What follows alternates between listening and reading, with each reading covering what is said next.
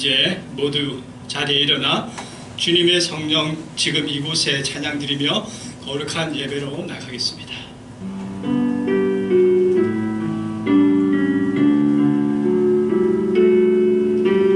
주님의 성령 지금 이곳에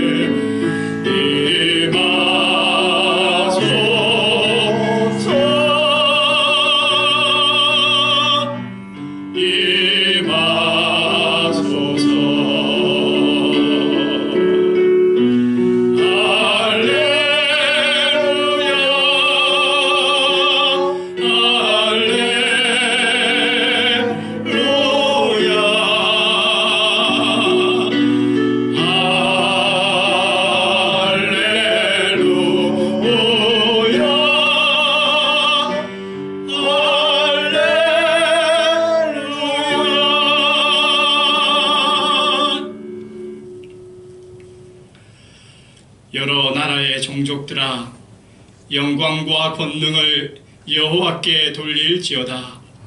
여호와께 돌릴지어다. 여호와의 이름에 합당한 영광을 그에게 돌릴지어다. 제물을 들고 그 앞에 들어갈지어다. 아름답고 거룩한 것으로 여호와께 경배할지어다.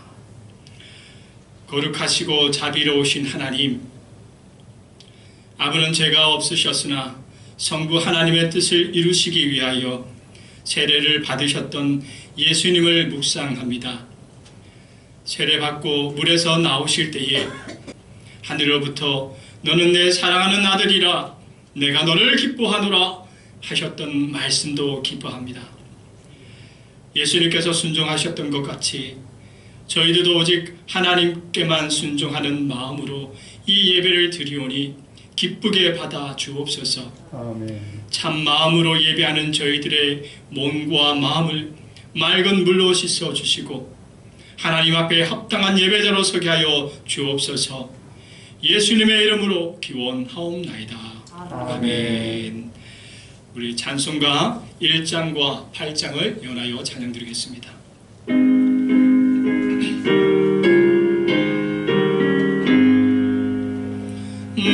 만복의 근원 하나님 온 백성 찬송 드리고 저 전사여 찬송하세 찬송사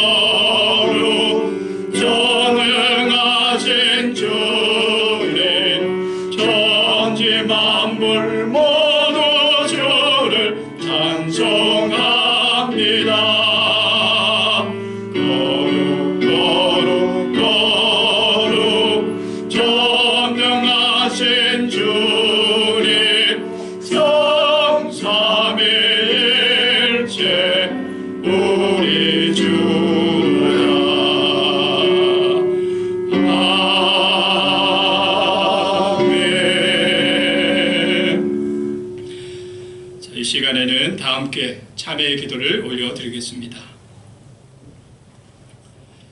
자비와 사랑과 은혜가 풍성하신 하나님, 불과 같이 시들어버릴 육신을 위해서는 온 힘을 다했지만 영원한 생명과 속사람을 위해서는 무관심으로 일관하며 살았던 저희들입니다. 지난 한 주간도 육신의 만족을 위하여 방탕하고 술 취하며 쾌락 중에 살았으며 그것이 사망으로 내닫는 길인 줄도 몰랐습니다. 주연절 기간에 하나님 아버지의 뜻을 이루기 위해 순종하셨던 성자 예수님의 모습을 묵상하면서 회개합니다. 내 뜻만을 고집하며 내 마음대로 불순종하며 살았던 지난날의 죄를 용서해 주옵소서. 이제부터는 저희들도 예수님을 본받아 하나님의 뜻을 이루며 하나님의 영광을 드러내는 삶을 살게 하여 주옵소서. 주님, 이제는 한 주간 저희 개개인의 삶을 돌아보며 하나님 앞에서와 이웃 앞에서 그리고 저희 스스로에 대해서 부끄럽고 죄송한 삶을 주님 앞에 기억하며 고백하오니 사죄의 은총을 내려 주옵소서.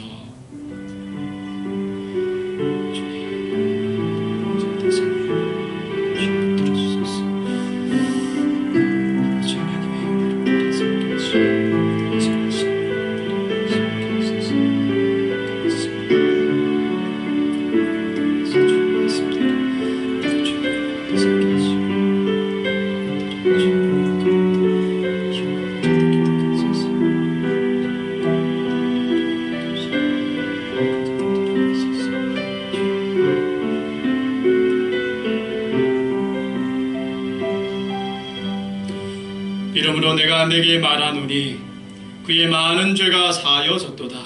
이는 그의 사랑함이 많음이라.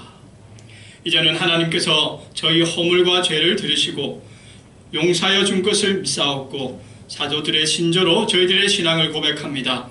나는 전능하신 아버지 하나님 천지의 창조주를 믿습니다.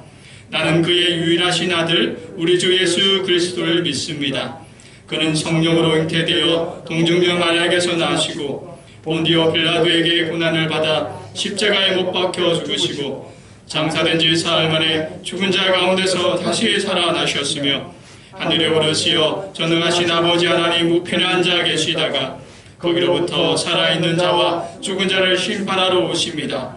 나는 성령을 믿으며 거룩한 공교회와 성도의 교제와 죄를 용서받는 것과 몸의 부활과 영생을 믿습니다. 아멘.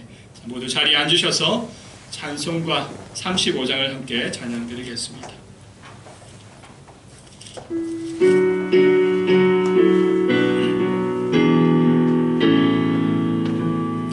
큰 영광오신 주 이곳에 오셔서 인모인 자들로 주 백성 삼으사 그 중에 항상 계시고 그 중에 항상 계시고 큰 영광 나타내소서.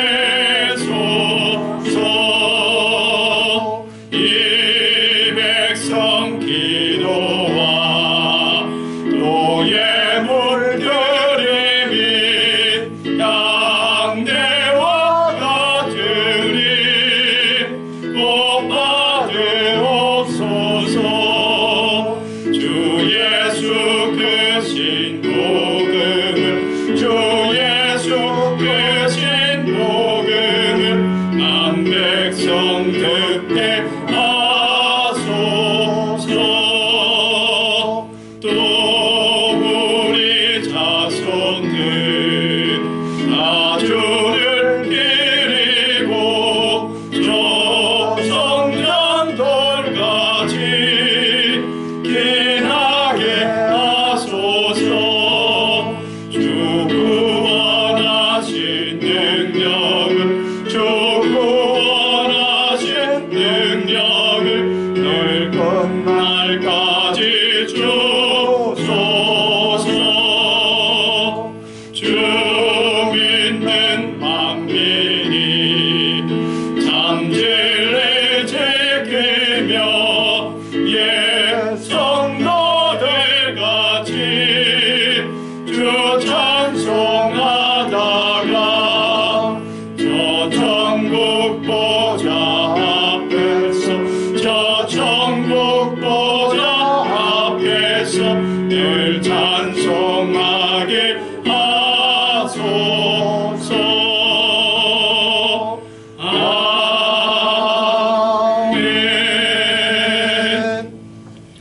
이 시간에는 우리를 대표해서 장석태 집사님 기도하겠습니다.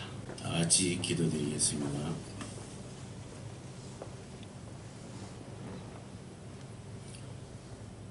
수많은 별들과 해와 달을 운행하시는 창조주 하나님, 모든 조화와 질서의 근원이신 주님께서 지난 한 해에도 온 우주 가운데 미세한 먼지보다 더 작은 우리 인생들을 돌아보시고 사랑으로 지켜주셨음을 감사드립니다.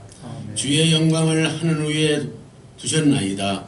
새 아침에 떠오르는 태양을 보며 놀라운 창조주의 섭리를 생각할 때에 그 영광이 주님 앞에 우리들은 참으로 아무것도 없는 무와 같은 존재임을 깨달았습니다. 사람이 무엇이 관대 주께서 저를 생각하시며 인자가 무엇이 관대 주께서 저를 권고하시나이까. 한 줌이 진액에 불과한 우리를 하나님의 형상으로 지으시고 주의 자녀 삼으셔서 영화와 존귀로 관을 씌우셨사오니 이러한 축복을 교만과 쾌락의 기회로 삼지 않게 하시고 주님께서 주신 청지기의 사명을 바로 깨달아 주님께서 우리에게 맡기신 이 삶의 터전과 생애기간을 아름답게 가꾸는 지혜 있는 자들이 되게 하여 주시옵소서.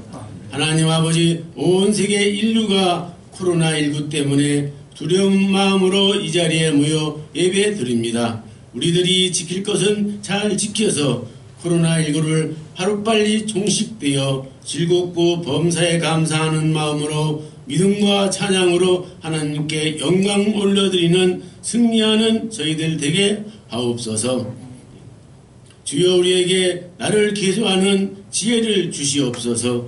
우리들의 인생이 영원한 것인 양 순간적이고 어리석고 생활태도를 버리게 하시고 유용한 우리에게 삶의 가운데에서 영혼을 바라보고 준비하는 목적 있는 삶을 걸어가게 하옵소서.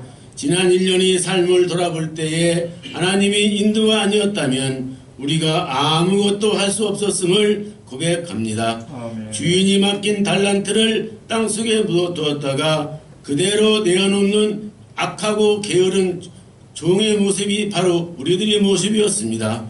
언제나 연초에는 많은 것들을 계획했지만 당장 눈앞의 일들에 급급하여 한 발짝도 앞으로 나아가지 못하는 우리들입니다.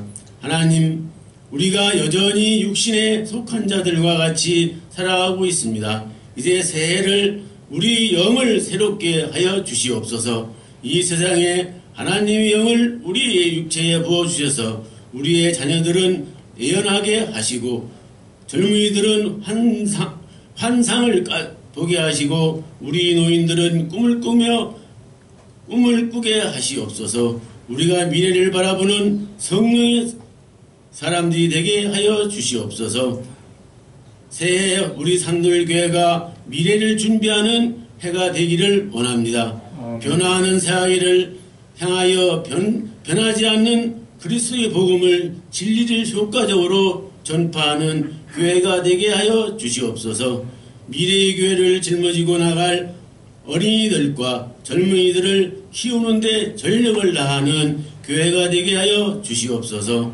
목표와 비전을 잃어버리고 휘청거리는 이 사회에서 진정한 미래의 비전을 제시하는 선지자적 교회가 되게 하여 주시옵소서. 그리하여 이 세상의 모든 사람들이 우리 예수 그리스도께서 역사를 중심이 되며 하나님께 역사의 주관자이심을 깨닫게 하여 주시옵소서.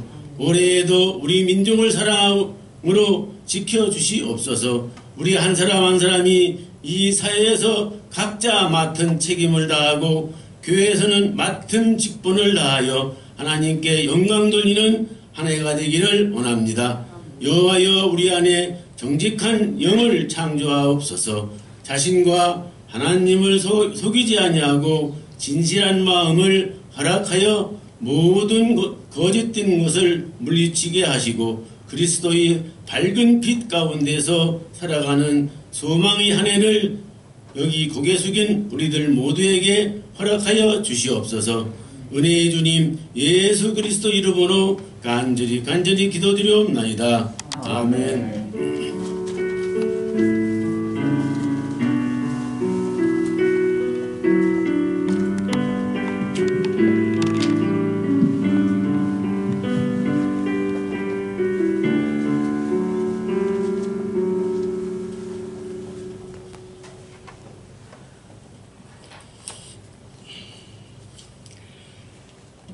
이 시간에 우리 함께 보실 말씀은요, 베드로 전서입니다. 베드로 전서 2장 4절 5절의 말씀을 함께 보겠습니다. 오늘 우리에게 주시는 하나님의 말씀은 신약성경 베드로 전서 2장 4절과 5절의 말씀입니다. 이제 우리에게 주시는 하나님의 말씀을 제가 받들어 읽겠습니다. 사람에게는 버림바 되었으나 하나님께는 택하심을 입은 보배로운 산돌이신 예수께 나아가 너희도 산돌같이 신령한 집으로 세워지고 예수 그리스도로 말미암아 하나님이 기쁘게 받으실 신령한 제사를 드릴 거룩한 제사장이 될지니라. 아멘.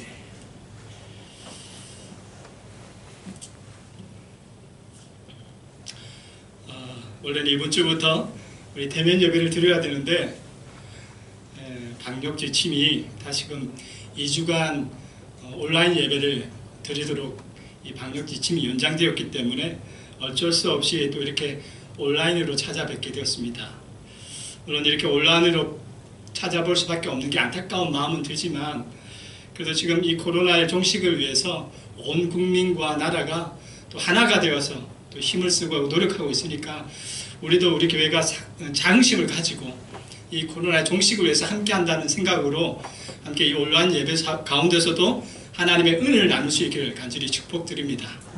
그래서 우리 함께 기도하면서 빨리 이 어려운 시기를 모두가 잘 지혜롭게 극복해 나갈 수 있도록 함께 힘을 모았으면 좋겠습니다.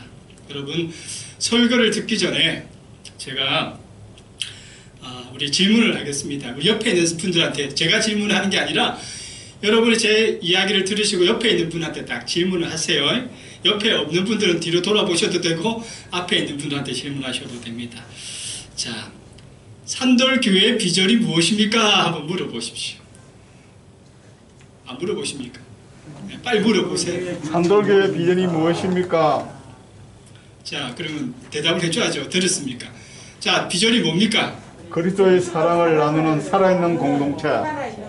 예, 제 시작이니까 이제 정확하게 우리 이 뇌에다가 딱 각인시켰으면 좋겠습니다. 여러분, 이 산돌교회의 비전, 산돌의 정신입니다. 여러분, 산돌의 정신은 그리스도의 사랑을 나누는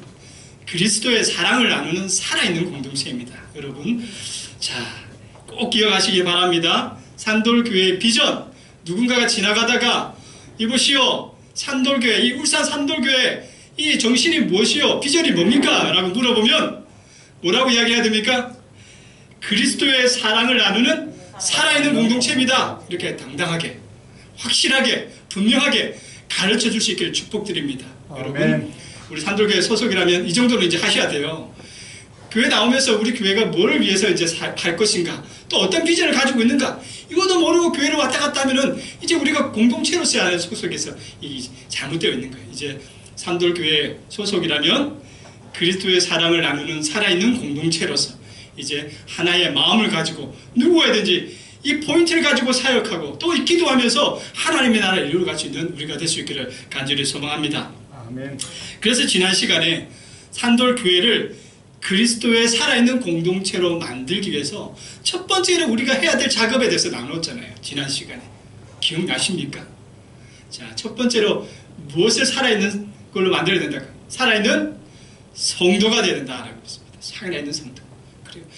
그리스도의 사랑을 나누는 살아있는 공동체가 되기 위해서 첫 번째로 우리 각자 한 사람 한 사람이 무엇이 되어야 되냐? 살아있는 성도가 되어야 된다라는 거예요. 그래서 살아있는 성도가 되기 위해서 말씀인 무엇을 사모해야 된다? 신령한 젖을 사모해야 된다라는 것을 우리가 나누었고, 또 그 살아있는 성도가 되기 위해서 우리는 영적인 예배자가 되어야 된다라고 나누었습니다. 뿐만 아니라 마지막으로 살아있는 성도가 되기 위해서 우리는 바로 우리의 분명한 정체성이 무엇인가를 분명히 알아야 된다라고 했어요. 그것을 알고 살아가야 된다 말씀했습니다. 여러분 이제 이것을 꼭 기억하시길 바랍니다. 이것을 기억하셔가지고 누군가가 우리 산들교회 비전이 무엇인지, 정신이 무엇인지, 무엇을 위한 공동체인지를 물어본다면 우리는 그리스도의 사랑을 나누는 살아있는 공동체로서 우리는 분명한 비전을 가지고 있다. 또한 우리는 정신을 가지고 있다. 그러기 위해서 우리는 첫 번째로 우리 자신이 살아있는 성도로 먼저 세워져야 된다라는 것입니다. 그래서 두 번째로 이제 우리 두 번째 작업이 필요합니다. 첫 번째는 살아있는 성도가 되었다면, 이제 우리가 성도로서의 살아있는 성도가 되었다면 두 번째 작업이 들어가야 돼요. 그 두 번째 작업이 뭐냐? 우리의 가정을 살아있는 가정으로 만들어야 된다는 거예요. 여러분 가정은요, 하나님께서 우리에게 주신 가장 큰 축복의 장소입니다. 믿으십니까? 아멘. 맞습니다. 하나님께서 세상을 만드실 때 그걸 만들 때마다 뭐라고 말씀하셨죠? 좋았더라 라고 했죠. 좋았더라. 그런데 마지막에 아담과 하와를 만들고 난 다음에 그것을 바라보신 하나님은 이 좋았다 앞에서 더 뭘 더했죠? 심히 좋았다. 바로 이 아담과 하와라는 가정을 만드시고는 그 아름다운 모습을 보시고는 심히 좋았다 말씀하셨던 거예요. 이처럼 하나님은 우리의 가정을 바라보시면서 어떤 마음을 품으시냐? 심히 좋아할 만큼 이 가정은 완전하고 완벽해야 된다는 거예요. 그랬다는 거 원래부터. 그런데 오늘날 이러한 큰 축복의 장소이고 하나님이 심히 좋았다 여기는 이 가정이 지금 어떻게 되어가고 있습니까? 여러분 특히 한국 사회에 많은 가정들이 파괴되어지고 해체되어지고 있습니다. 청년들은 이 사회 풍조 때문에 결혼을 하지 않으려고 해요. 그리고 또 결혼 외에는 출산을 하지 않으려고 하고 있습니다. 친척과 친구들의 축복 앞에서 시작된 부부 생활인데 이제 그 부부가 나누어지면서 이혼율은 더욱더 높아지고 있다는 거예요. 설상가상으로 이로 인해서 상처받은 자들은 또 자녀들을 또 상처받은 영혼들이 또 자녀들을 버리게 되는 이 악순환을 겪고 있습니다. 가정 안에는 폭력이 있고 또 불륜이 있으며 또 살인이 있고 차별이 있는 이 반인륜적인 이 사건들이 비일비재하게 일어나고 있는 것이 오늘 우리 사회의 모습들이에요. 이러한 가정의 위기는 결국에는 국가의 위기요 사회의 위기가 되어지고 있다는 겁니다. 근데 여러분 더 큰 문제가 있어요. 자, 이러한 가정의 위기, 그러나 이 위기가 우리 기독교의 가정에도 예배관이 똑같이 일어나고 있다는 겁니다. 여러분 최근에 이 사회적 이슈가 되어 있는 여러분 이 정인이 사건을 여러분 잘 아시잖아요. 정인이를 일방한 부모가 16개월밖에 되지 않은 이 정인을 학대해서 결국에는 사막에 이르게 한 사건. 최근 사람들이 많은 이 사건 때문에 공부를 하고 있습니다. 그리고 뉴스에도 계속해서 이게 방영되고 있는 내용들 아닙니까? 이 사건은 단순히 부모로서일 뿐만 아니라 정말 이 땅에 살아가는 사람으로서는 도저히 저지를 수 없는 그런 일이기에 사람들은 이 정인이를 죽음에 이르게 한 이 양부모를 이 강력한 처벌을 해야 된다고 계속해서 요구하고 있습니다. 저도 목사로서 이 사건을 바라보는데 참 마음이 얼마나 아팠고 안타까운지 모릅니다. 이 경찰들의 그 부실한 대응과 그리고 우리 사회의 무관심이잖아요. 사랑 없는 이러한 인재들이 만들어낸 바로 사건이라는 거예요. 이러한 사건이 일어났다는 것 자체만으로도 우리는 마음이 아파집니다. 그런데 저의 마음을 더 아프게 하는 이유가 더 있습니다. 그것이 무엇인가 하면 바로 이 사건이 기독교 가정에서 일어났다는 거예요. 기독교의 가정에서 일어났다는 거예요. 여러분 정인이를 입양한 부모는요 개신교 신앙인입니다. 여러분 우리 기독교인이에요. 여러분. 특별히 정인이의 양아버지 그러니까 정인이의 할아버지는 지금 포항에서 지금도 사역하고 있는 목사라고 하잖아요. 분명히 이 정인이의 양부모는 목회 자녀의 자녀로 태어나서 분명히 기독교의 신앙 교육을 잘 받고 자라났을 거라고요.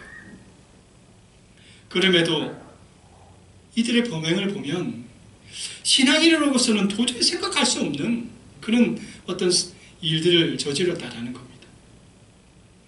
어떻게 일반 가정에서도 일어나기 힘든 건데 기독교의 가정에서 이런 끔찍한 일들이 일어났을까?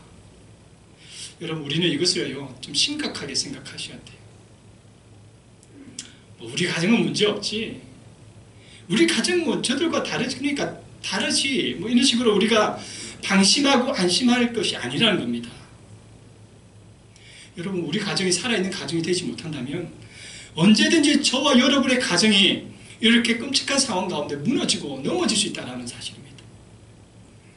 그래서 우리의 가정을요, 살아있는 공동체로 만들자.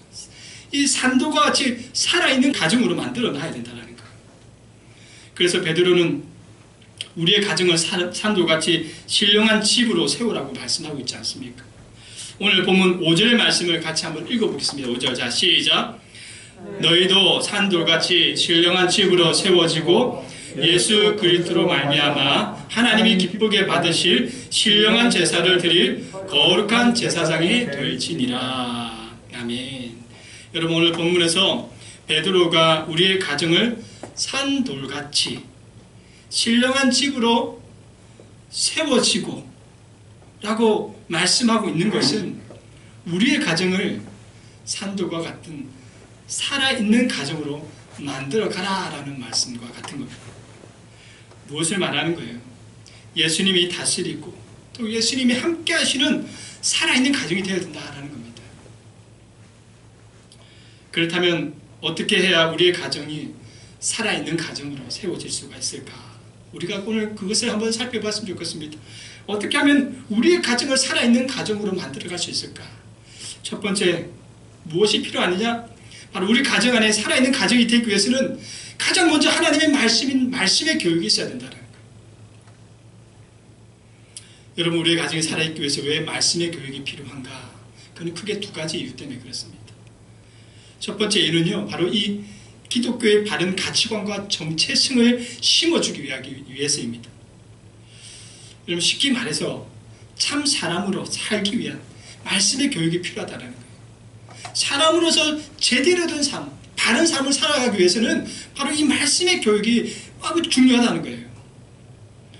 우리는 말씀 교육하면은 단순히 성경 지식을 가르치는 정도로만 생각하죠. 그렇게 생각하기가 쉽습니다. 그러나 말씀 교육은요, 단순히 성경 지식만을 가르치는 것이 아닙니다.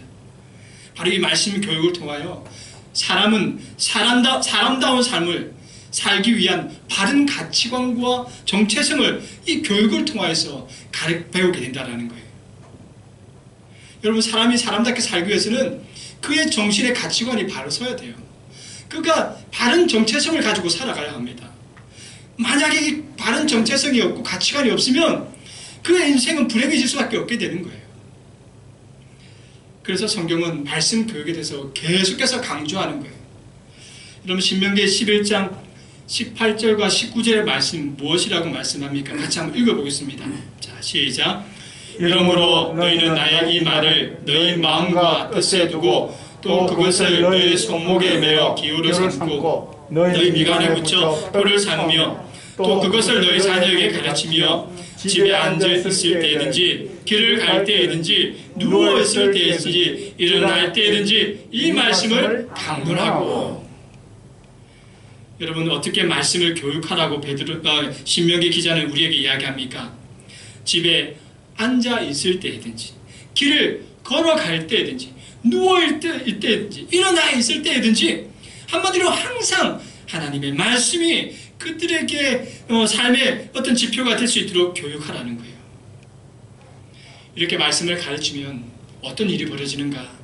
바로 신명기는 그 다음에 말씀 속에서 그걸 가르쳐줍니다. 신명기 11장 21절 말씀 같이 한번 읽어볼게요. 자, 시작. 그리하면 여호와께서 너희 조상들에게 주리라고 맹세하신 땅에서 너희의 날과 너희의 자녀의 날이 많아서 하늘이 땅을 덮는 날과 같으리라. 아멘. 무슨 뜻이냐?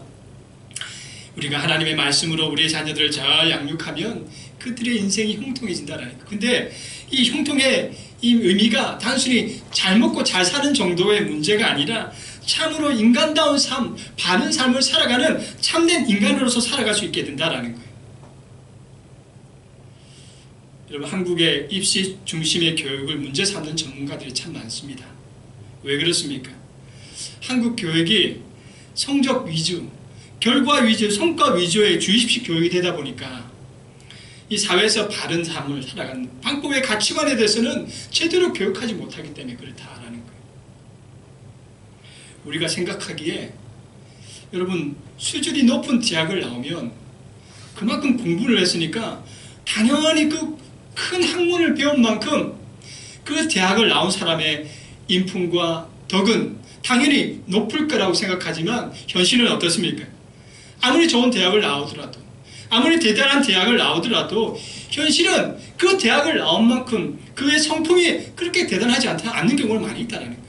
그의 인생이 그런 대단한 학문을 가지고 있는 만큼 따라가지 못할 때가 너무 많다는 거예요. 좋은 대학을 나와도 그 대학만큼의 성품을 가지지 못하여서 얼마나 사람들이 넘어지고 또 때로는 그런 잘못된 어떤 삶 때문에 범죄자가 되기도 하는 이런 오늘 우리 사회의 모습들을 보인다는 거예요. 왜 그렇습니까? 오늘 우리 부모들이 자녀가 성공하고 출세하기 위해서 좋은 학원 보내고 좋은 공부를 시키는 것은 열심히 했는데 정작 뭘 안 가르쳤다라는 거예요. 인간으로서 제대로 살아야 될 걸 안 가르쳤다라는 거예요. 그래서 돈은 많이 벌고 출세를 하는데 인간성은 아주 이상한 거예요. 사람은 제대로 살지 못하는 거예요. 바른 이 가치관과 정체성을 가지고 사회에 뭔가 유익이 되는 존재가 아니라 오히려 자기 힘을 가지고 이 사회를 악하게 만드는 존재로 살아가는 그런 잘못되는 모습을 본다는 거예요. 왜 그렇습니까, 여러분? 말씀 교육이 되지 않았기 때문에 그래요. 말씀의 교육이 그들에게 건강한 삶의 방법을 제시해 주시지 못했기 때문에 그렇습니다. 여러분, 그래서 우리 가정에 말씀 교육이 필요하다는 거예요. 우리 아이가 잘 되는 게 중요하죠. 그러나 그것보다 더 중요한 거는 이 아이가 건강하게 사는 게 중요한 거예요. 바르게 사는 게 더 중요한 거예요. 그러기 위해서 우리 가정이 살아나기 위해서는 이렇게 우리 아이들이 말씀 안에서 정체성을 분명한 하나님 안에서의 정체성을 가지고 또 그 가치관을 가지고 믿음의 삶을 발휘할 수 있도록 우리가 우리 가정 안에서 이 말씀의 교육을 해야 된다는 거예요. 뿐만 아니라 두 번째로 말씀의 교육이 필요한 이유는요, 바로 오늘 우리 가정의 자녀들이 전도의 대상이기 때문에 그렇습니다. 여러분, 전도한다고 우리 길거리에서 전도지를 나눈 것보다 더 시급한 전도의 대상들이 있었어요. 그들이 누구이냐? 바로 우리 자녀들이라는 거예요.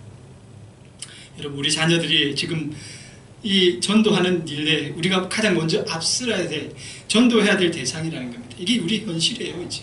이게 우리 현실이 되었습니다. 그래서 말씀 교육이 필요합니다. 어릴 때부터 말씀의 교육을 통해서 이 아이들이 하나님에 대한 믿음의 가치관을 가지고 또 신앙을 가지면서 하나님 앞에서 이제 그들의 삶의 자리가 이 신앙인으로 자라날 수 있도록 이제 가정에서 말씀 교육을 해야 된다는 거예요.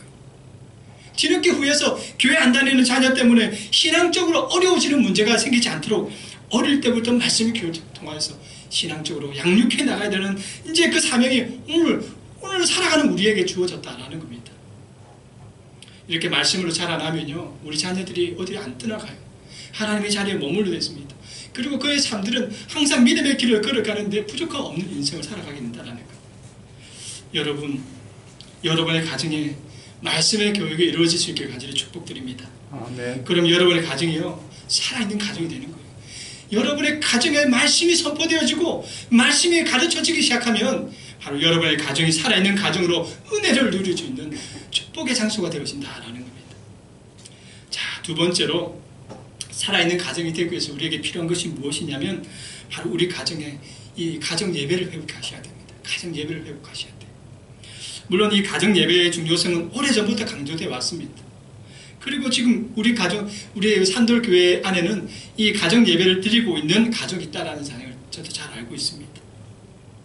그런데요, 요즘 이 코로나 시대로 인하여서 이게 더 중요하게 되었습니다.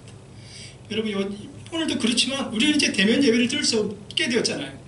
비대면의 어떤 예배를 드려지는 이 온라인 상황 가운데 예배를 드리는 상황이 놓이게 됐다는 겁니다. 예배의 제약을 받으면서 이제는 우리의 가정 예배가 더 중요하게 되어졌다는 겁니다. 무엇보다도 이 코로나 이후 시대, 포스트 코로나라는 이야기가 나옵니다. 이 코로나 이후에 변화될 이 사회와 교회의 상황은 분명히 엄청난 변화를 겪게 될 거라고 전문가들은 계속해서 이야기하고, 물론 그 변화가 어떻게 주어지게 될지는 우리가 정확하게는 알 수 없지만, 그러나 분명하게 이야기할 수 있는 것은 앞으로 코로나 이후의 교회와 사회는 분명히 엄청난 변화를 겪게 될 거라는 거예요. 이건 전문가들의 예언입니다. 그런데 이 변화 속에서 우리 교회가 살아남을 수 있는 방법은요, 가정 예배가 살아나면 됩니다. 가정 예배가 중요해졌다는 거예요. 왜 가정 예배가 중요하냐? 가정 예배는요, 하나님을 경외하는 바로 하나님의 중심의 가정을 만들기 때문에 그렇습니다. 바로 가정 예배는 하나님을 경외하는 가정을 만든다는 거예요. 그리고 하나님의 중심을 삼는 가정을 만들어낸다는 거예요. 바로 이것이 살아있는 가정의 핵심이기도 합니다. 살아있는 가정의 중심은 누가 되어야 돼요? 하나님 되셔야 돼요. 하나님을 경외하고 하나님의 중심이 되는 가정, 바로 이것이 살아있는 가정의 모습이라는 겁니다. 신방을 통해서 가정 예배를 드리다 보면 그 가정의 영적인 느낌과 분위기를 또 이렇게 느껴질 때가 있어요. 신방을 드리면서 가정 예배를 드릴 때에 어떤 가정은 은혜 가운데 뭔가 힘이 나고 충만한 은혜를 누리는 반면에 때로는 어떤 가정은 영적으로 참 무거운 느낌이 들 때가 있습니다. 그것이 뭘까? 이유는 간단합니다. 그 가정에 하나님이 주인이 되시느냐 아니면 세상의 주인이냐에 따라서 하나님이 주인이 되는 가정 속에서 신방을 하여 통하여 가정을 예배드리면 은혜가 충만해요. 예배드리는 자의 은혜가 충만한데 그 가정에 하나님이 주인이 안 되고 있을 때는 어둡고 무겁다라는 거예요. 그러나 우리가 또 분명히 알아야 될 것입니다. 우리의 삶 가운데 이러한 영적인 무거움과 어둠들을 무엇으로 이겨나갈 수 있냐라는 거예요. 여러분, 방법 없어요. 이거는 가정 예배를 통해 이겨나갈 수 있다는 겁니다. 우리의 가정을 바로 세우기 위해서는 바로 이 가정 예배를 회복하셔야 된다는 겁니다. 시편 127편 1절에 이렇게 말씀하고 있습니다. 같이 읽어볼게요. 자, 시작. 여호와께서 집을 세우지 아니하시면 세우는 자의 수고가 헛되며 여호와께서 성을 지키지 아니하시면 파수꾼에 껴있음이 헛되도다. 오늘 본문에 보십시오. 하나님이 중심이 되지 않는 가정, 그 가정은 위험하다는 거예요. 바로 오늘 우리의 가정이 하나님의 중심의 가정이 되어야 된다고 말씀합니다. 그러기 위해서 우리가 우리의 가정의 예배를 회복하셔야 됩니다. 여러분, 혹시 우리 가정에 예배를 드릴 수 없는 형편이라면 혼자라도 예배를 시작하셔야 됩니다. 그렇게 예배를 드리면서 우리가 이 가정 예배가 회복되어지면 여러분의 가정의 영적인 분위기가 달라집니다. 여러분의 가정에 하나님의 은혜가 임재하는 놀라운 은혜를 경험하게 된다는 겁니다. 그리고 이 가정 예배가 또 중요한 이유는요, 바로 이 가정 예배를 통해서 우리는 이 사탄의 영적인 공격을 끊어낼 수 있다는 거예요. 최근에 한 칼럼지를 봤습니다. 개척교회 목사님의 글을 한번 읽었는데, 이 목사님은 개척한 지 6년이 되셨던 거예요. 지금은 그 교회가 작년 재정이 70명인데 60명의 성도가 출석하고 아이들은 거의 30명가량 출석하는 교회가 되었답니다. 그분이 개척한 5년쯤에 영적인 깨달음을 하나 얻게 되었대요. 그 깨달음이 무엇인가 하면 개척교회는 이 분열의 영이 더 강력하게 역사한다라는 사실을 깨달았습니다. 새 신자가 와도 이 기존의 교인들이 좋아하지 않는 거예요. 일꾼이 와도 사람들이 기뻐하지 않아요. 오히려 경계하고 시기하고 질투하는 거예요. 그래서 새 가족이 들어오면 나가고 또 들어오면 그냥 보내버리는 그런 과정이 4년 동안 지속되었다고 합니다. 그래서 5년째 되던 때에 분열의 영, 시기와 질투의 영이 역사한다는 것을 깨닫고는 그것을 집중적으로 목사님이 기도하셨대요. 그런데 그때부터 달라지기 시작했답니다. 드디어 교인들이 하나가 되고 헌신하는 사람들이 다시금 일을 하기 시작했다는 거예요. 그러면서 새신자들이 100% 정착하기 시작했대요. 여러분, 이 마귀는요, 교회만 공격하는 게 아니라는 겁니다. 여러분의 가정도, 이 어둠의 권세인 마귀는 여러분의 가정도 공격한다라는 겁니다. 부부의 싸움이 오래 지속되고 형제들이 서로 불화가 일어나고 시어머니와 며느리가 서로 상처를 주고 받으며 살고 있는 이 문제들의 이 영적인 뿌리가 길어질 때에 바로 이것은 오늘 우리 삶 가운데 사탄의 영적인 공격이 이루어지고 있다는 거예요. 그러면 이러한 영적인 공격을 어떻게 이겨나갈 수 있냐라는 거예요. 바로 우리의 가정의 예배를 통하여 이것을 이겨나갈 수 있다는 겁니다. 우리가 가정 예배를 통하여 찬양을 부르고 기도하면서 이 사탄의 모든 영적인 공격 속에서 우리가 이 가정 예배를 통하여 이 영적인 공격들을 물리치고 이겨나갈 수 있는 은혜와 능력이 생긴다는 겁니다. 그리고 가정 예배가 중요한 것은 무엇 때문이냐? 우리 가정이 행복해지기 때문입니다. 그게 참 중요한 부분이잖아요. 여러분, 예수님을 믿으면서도 행복하지 않는 가정이 있어요. 있습니까? 없습니까? 다 행복합니까? 그럼 할렐루야지만 안 그렇더라고요. 보니까 예수님을 믿는데도 불구하고 가정이 불화가 일어나고 행복하지 않아가지고 얼마나 인상을 찌푸리고 살아가는 가정이 있는지, 무엇 때문에 이런 일이 벌어질까? 하나님이 약속을 주지 않았기 때문에 그 가정이 그렇게 어려운 겁니까? 하나님이 주셔야 될 그 복을 주지 않았기 때문에 그 가정이 어려운 거예요? 아니죠. 이유는 간단합니다. 하나님의 주실 복을 안 주셨기 때문이 아니라 하나님께서 주실 복에 합당한 삶을 살아가지 않기 때문에 그 가정이 그만큼 어려운 거예요. 믿음의 가정은 당연히 행복해야 되는데, 당연히 행복해야 할 가정이 행복하지 않다라는 것은 당연함으로 얻어야 될 것을 얻지 못하게 하는 뭔가 잘못된 것이 있다라는 거예요. 그것이 뭐냐? 하나님의 약속으로 주셔야 될 그것에 합당한 삶을 살지 못하는 그 가정의 문제라는 겁니다. 예수님께서는 행복도 농사처럼 심은 대로 거두라고 말씀하십니다. 마태복음 13장 23절에 이렇게 이야기합니다. 같이 읽어볼게요. 자, 시작. 예수께서 그들 앞에 또 비유를 들어 이르시되 천국은 좋은 씨를 제 밭에 뿌린 사람과 같으니. 천국은 밭에 좋은 씨를 뿌린 사람과 같다고 말씀하는 것이 무슨 뜻이냐? 바로 좋은 씨를 뿌린 사람이 천국을 누리게 된다는 거예요. 천국의 은혜의 행복을 누릴 수 있다는 겁니다. 행복도 마찬가지입니다. 행복을 누리는 사람도 행복을 거둘 좋은 씨를 뿌려야지만이 바로 그것을 통하여 행복한 삶을 살 수가 있다는 거예요. 그렇다면 행복을 거둘 수 있는 좋은 씨가 무엇일까? 바로 이 시편 128편 1절에서 이렇게 이야기합니다. 1절 말씀 같이 한번 읽어볼게요. 자, 시작. 여호와를 경외하며 그의 길을 걷는 자마다 복이 있도다. 4절 말씀 한번 읽어볼게요. 자, 시작. 여호와를 경외하는 자는 이같이 복을 얻으리로다. 할렐루야. 시편 기자는 우리의 행복의 씨가 무엇이라고 말하느냐? 바로 여호와를 경외하는 것이라 말씀합니다. 바로 하나님 앞에 가정 예배를 통하여 바로 그 경외함의 씨를 뿌리면 오늘 우리의 가정이 행복하게 되어진다라는 거예요. 살아있는 가정이란 하나님이 만드신 목적에 맞는 이 건강하고 기쁨의 가정이 되어야 합니다. 하나님이 아담과 하와를 통해서 가정을 만드실 때 뭐라고 말씀했다고 했어요? 심히 좋았더라. 메오트 토브라고 했어요. 이 토브라는 단어, 우리가 전에 한번 살펴봤던 것처럼 선하다, 아름답다, 행복하다라는 말씀을 가지고 있다 했어요. 그 뜻은 무엇이라는 거예요? 하나님이 만드신 가정은 선하고 아름답고 행복해야 된다라는 거예요. 그렇다면 우리의 가정이 이렇게 선하고 아름답고 행복하게 되기 위해서 우리가 어떠한 것을 이루어야 되느냐? 바로 하나님을 경외하는 가정의 예배가 바로 세워져야 된다라는 겁니다. 여러분, 오늘 우리 산들의 모든 가정이 우리의 가정 예배를 회복할 수 있기를 간절히 축복드립니다. 그러므로 우리의 가정이 정말 하나님이 살아있는 가정의 복을 누리며 살아갈 수 있는 믿음의 가정들이 다 될 수 있기를 간절히 소망합니다. 여러분, 살아있는 가정이 되기 위해서 마지막으로 우리가 해야 될 것이 무엇이냐? 바로 우리가 가정의 거룩한 제사장이라는 사실을 깨달아야 합니다. 여러분, 우리의 가정이 살아있는 가정이 되기 위해서는요, 우리가 가정의 거룩한 제사장이 되어야 합니다. 오늘 본문 5절 말씀 같이 한번 읽어보겠습니다. 자, 시작.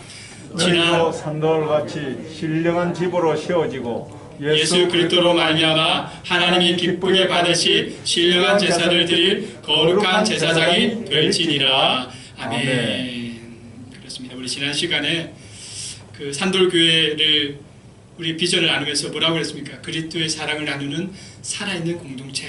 그것이 되기 위해서 첫째로 해야 될 게 살아있는 성도. 여러분, 살아있는 성도의 역할이 무엇이냐? 바로 제사장적인 역할을 해야 된다라고 말씀드렸죠. 그렇다면 왜 하나님이 우리 살아있는 성도를 거룩한 제사장의 역할을 감당하도록 세우셨는가? 바로 우리를 우리의 가정으로 보내기 위해서입니다, 여러분. 그냥 여러분 제사장으로 사는 정도가 아니라 제사장으로 세워서 여러분의 가정으로 파송하여 하나님은 여러분이 그 가정의 제사장이 되길 원하신다라는 거예요. 하나님은 산돌교회 제사장으로 누굴 불러주셨어요? 저를 불러주셨어요. 저를 담임 목사로 세워주셨다라는 겁니다. 그래서 하나님은 저에게 산돌교회 성도들에게 말씀을 교육하는 책임을 다하게 하고 또 산돌교회 성도들이 예배 생활을 잘할 수 있도록 저를 통하여 그 책임을 저에게 부여하셨다는 거예요. 그래서 나중에 제가 천국에 가가지고 하나님 앞에 가면 하나님은 저한테 다른 거 안 물어볼 겁니다.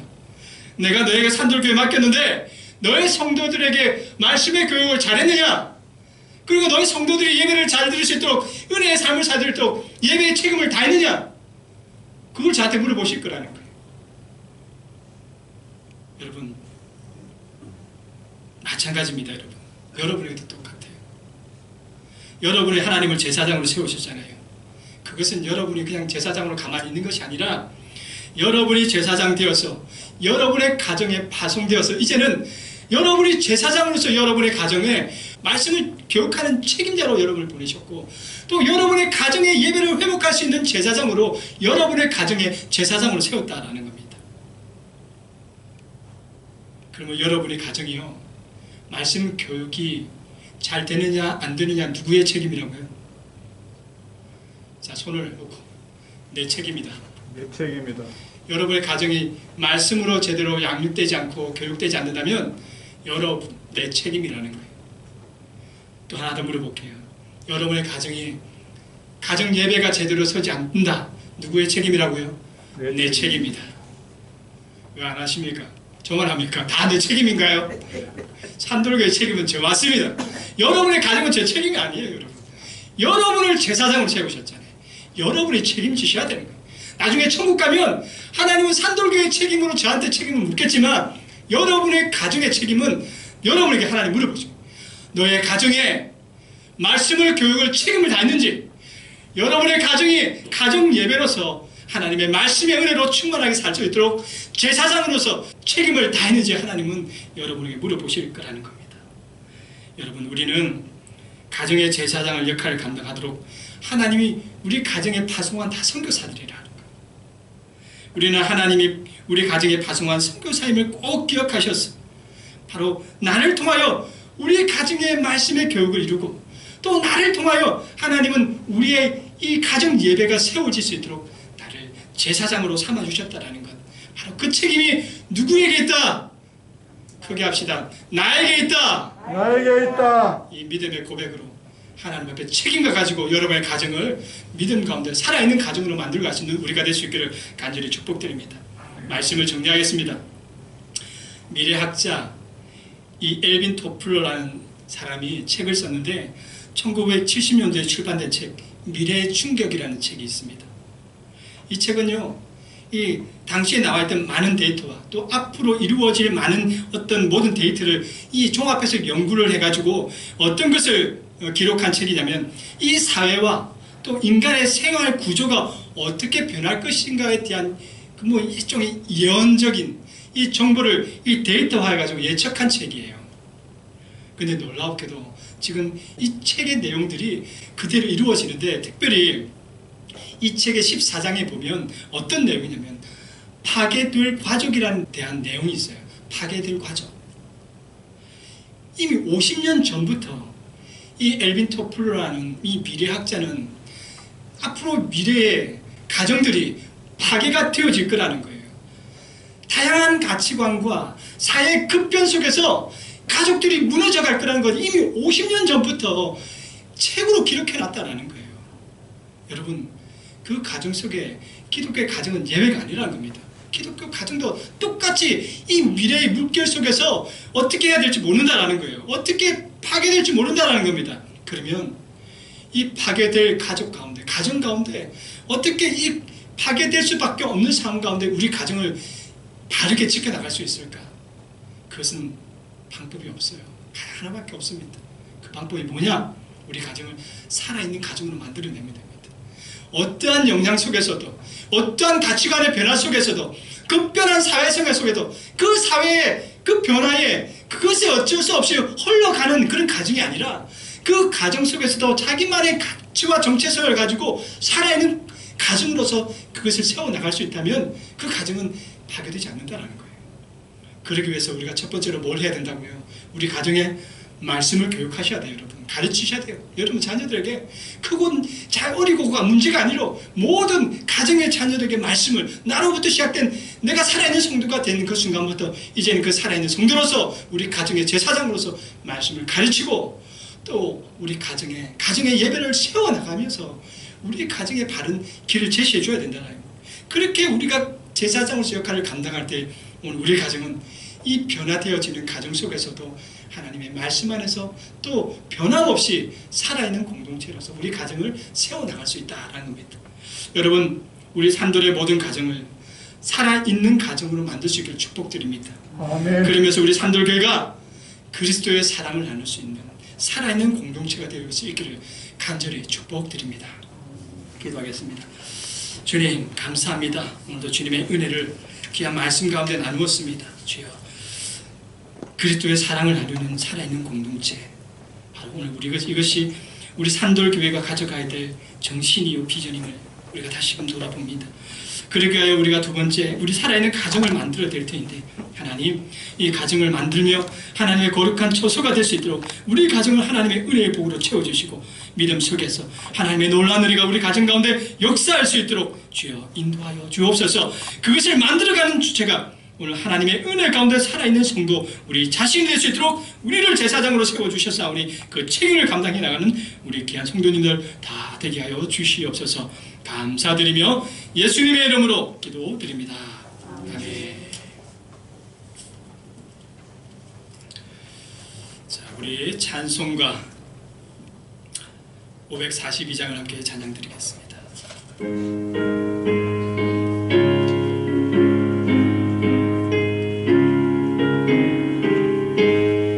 구주 예수 의지하며 주님께 은혜를 세 영생 허락받았으니 의심 마주 없도다. 예수 믿는 것은 아는 증거 많도다. 예수 귀한 예수 믿음 더욱 주소서. 구주 예수 의지하며 힘있게 은혜를 세 주를 믿는 그의 피에 적시네. 예수 믿는 것은 받은 증거 많도다. 예수 귀한 예수 믿음 더욱 주소서. 구주 예수 의지하여 죄악 벗어버리네. 안위 받고 영생하며 주께 모두 얻었네. 예수 믿는 것은 받은 증거 많도다. 예수 귀한 예수 믿음 더욱 주소서. 구주 예수 의지하여 구원함을 얻었네. 영원 무궁지라도 주여 함께 하소서. 예수 믿는 것은 받은 증거 많도다. 예수 귀한 예수 믿음 더욱 주소서. 아멘.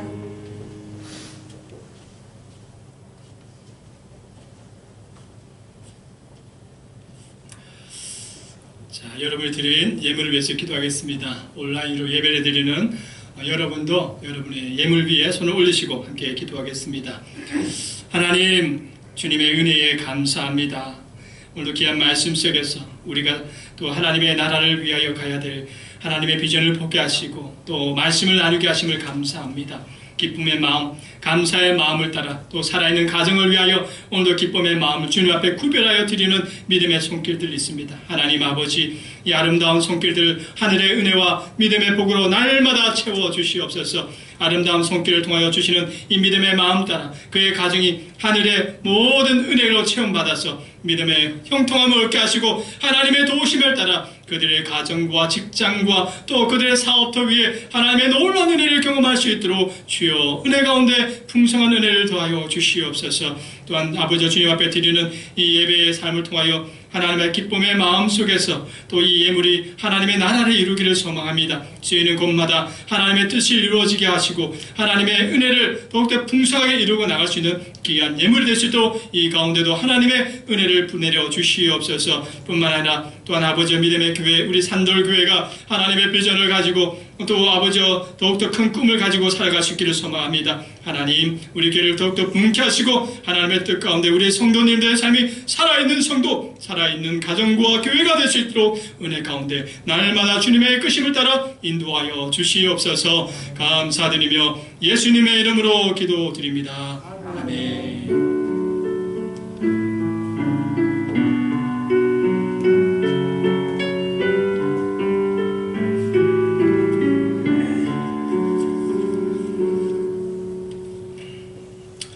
교회 소식 전해드리겠습니다. 방역 지침에 따라서 1월 10일부터 17일 주일까지 2주간 모든 예배를 온라인 예배로 드리겠습니다. 내일부터 시작되는 특별 새벽 기도회도 모두 온라인 예배로 진행하겠습니다.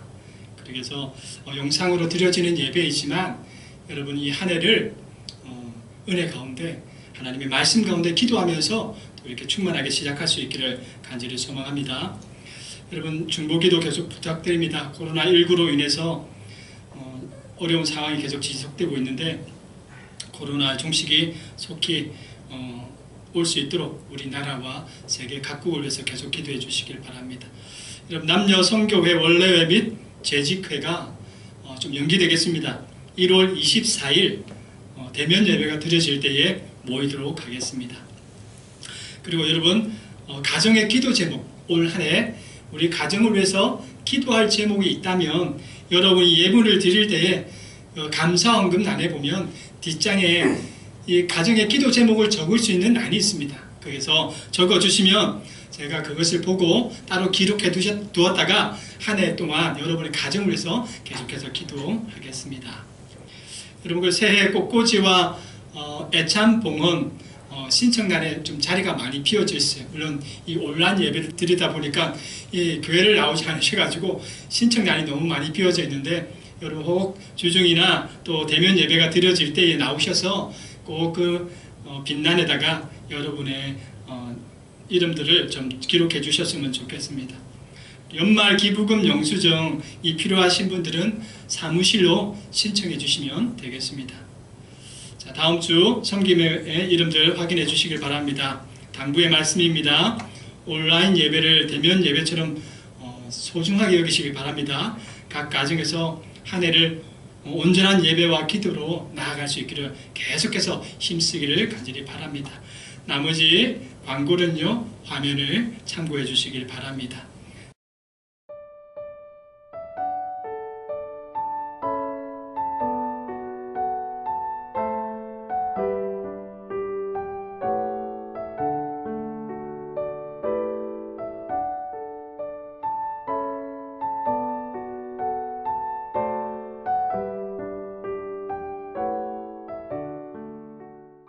그러면 모두 자리에 일어나서 620장을 함께 찬양 드리겠습니다.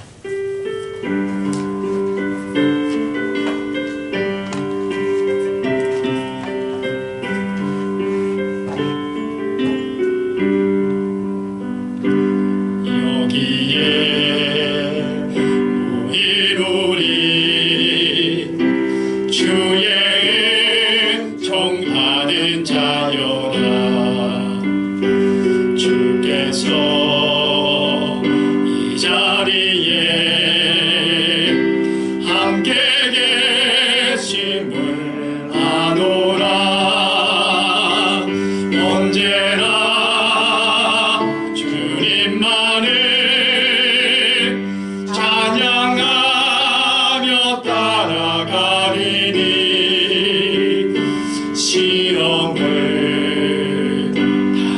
갈 때도 함께 계심을 믿노라. 이 믿음도 웃고 새라. 주가 지켜주신다. 어두운 밤에도 주의 밝은 빛 인도하여 주신다.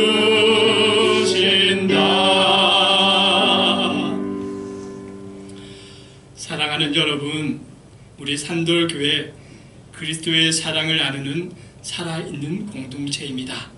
그러기 위하여 우리가 먼저 우리의 가정을 살아있는 가정으로 만들어갈 수 있길 소망합니다. 이제는 우리 주 예수 그리스도의 은혜와 하나님의 지극하신 사랑과 성령님의 교통하심이 우리 산돌교회를 살아있는 그리스도의 사랑을 나누는 살아있는 공동체로 만들기 원하며, 그러기 위하여 먼저 우리의 가정을 살아있는 가정으로 만들기 원하는 우리 산돌교회 귀한 지체들 머리 위에 지금부터 영원까지 함께 하시기를 간절히 축원하옵나이다. 아멘.